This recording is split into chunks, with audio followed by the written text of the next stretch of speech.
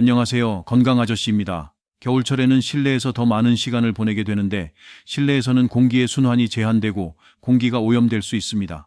실내의 미세먼지, 가스, 화학 물질 등은 호흡기 기관을 자극하여 염증을 유발할 수 있는데요. 특히 호흡기 질환이 빈번하게 발생하는 계절이니만큼 바이러스에 의한 감염 예방을 위한 활동을 해야 합니다. 그래서 오늘은 겨울철의 위험한 호흡기 질환 탑3에 대해 알려드리겠습니다. 3순위로 기관지 확장증이 있습니다.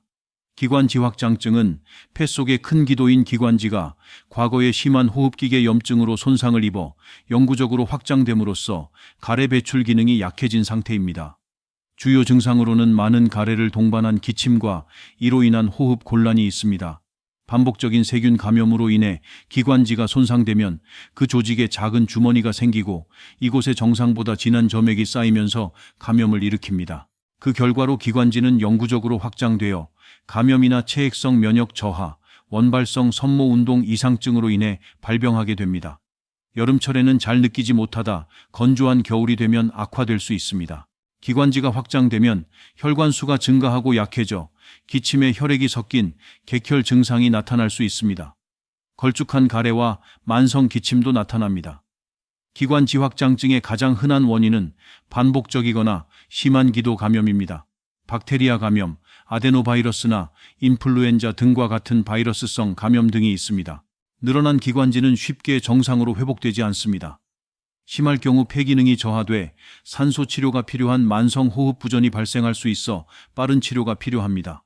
2순위로 천식이 있습니다.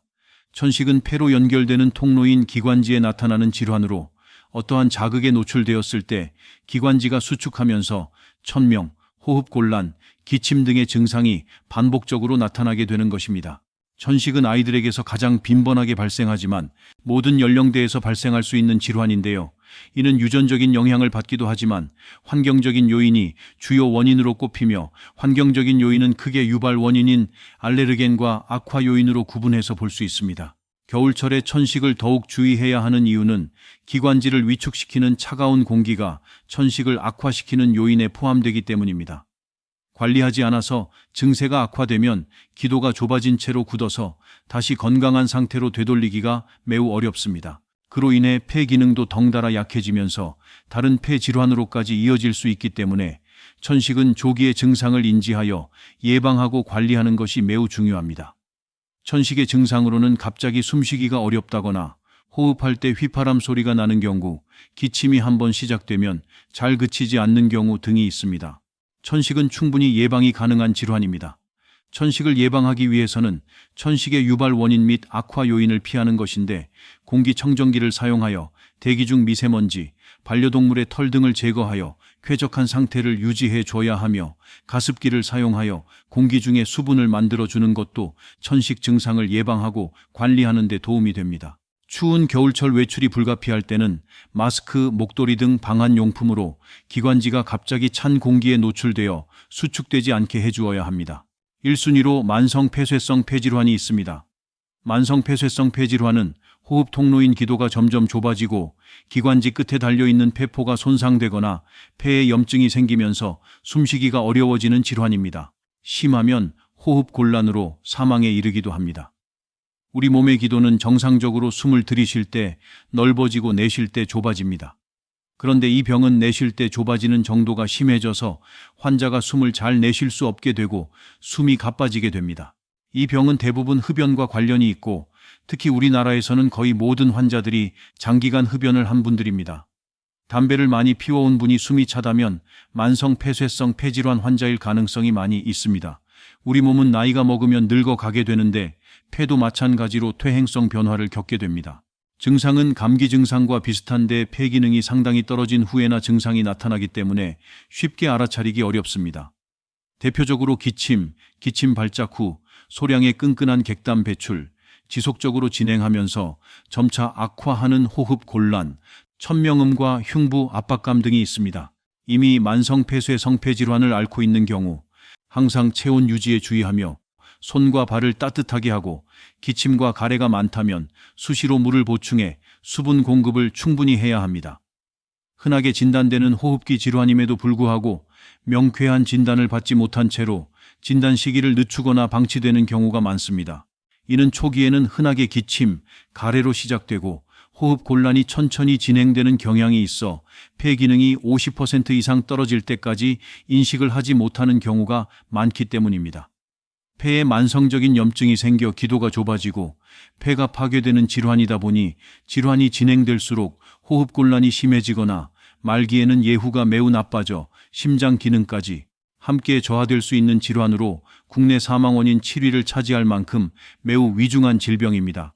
아울러 발병 후 완치가 어렵고 평생 지속되는 질환으로 초기 대처가 중요합니다. 또한 50대 이상의 연령대에게 호발 확률이 높기 때문에 단순히 노화로 인해 생긴 호흡 곤란으로 착각하는 경우도 적지 않습니다. 이러한 호흡기를 보호하고 질병을 예방하기 위해서는 꾸준한 운동 습관과 식단을 개선할 필요가 있습니다. 먼저 음식으로는 양파와 마늘이 있습니다. 양파에는 퀘세틴이 들어있어 기관지, 폐 보호에 도움을 줍니다. 양파, 마늘에 모두 들어있는 알리신 성분도 빼놓을 수 없습니다. 알리신은 뛰어난 살균 작용으로 중금속이나 노폐물이 몸 안에 쌓이는 것을 막아줍니다. 면역력에 좋은 아연이 많은 것도 마늘의 장점입니다. 브로콜리에는 베타카로틴 등 항산화 비타민이 많아 대기오염, 간접흡연, 스트레스를 많이 받는 사람에게 도움을 줍니다. 겨울철 건강을 지키는데 안성맞춤인 제철 채소입니다. 브로콜리 100g엔 비타민C가 98mg이 들어있는데 이는 레몬보다 2배가량 많은 양입니다. 브로콜리 2개에서 3개면 하루에 필요한 비타민C를 섭취할 수 있습니다. 또한 브로콜리에는 혈압을 조절하는 칼륨이 100g당 307mg이 들어있습니다. 무는 수분이 많이 함유된 채소로 소화를 도와주는 걸로 많이 알고 있는데 소화뿐만 아니라 가래가 나오는 기침, 목이 쉬었을 때, 코피가 날 때, 머리가 아플 때에도 무즙을 내려 먹으면 도움이 됩니다. 섭취할 때는 익혀서 먹어도 호흡기 보호 역할을 해줍니다. 인삼은 그저 막연하게 몸에 좋다고만 알고 계신 사람들이 많은데 구체적으로 알려드리면 혈액을 생성하고 혈액순환을 원활하게 만들어주어 폐와 비장의 기능을 도와 폐를 튼튼하게 만들어주는 역할을 합니다. 인삼에 함유된 성분 중에 혈관 운동의 중추신경을 자극해주는 성분이 천식 치료에 큰 효능을 보인다고 합니다.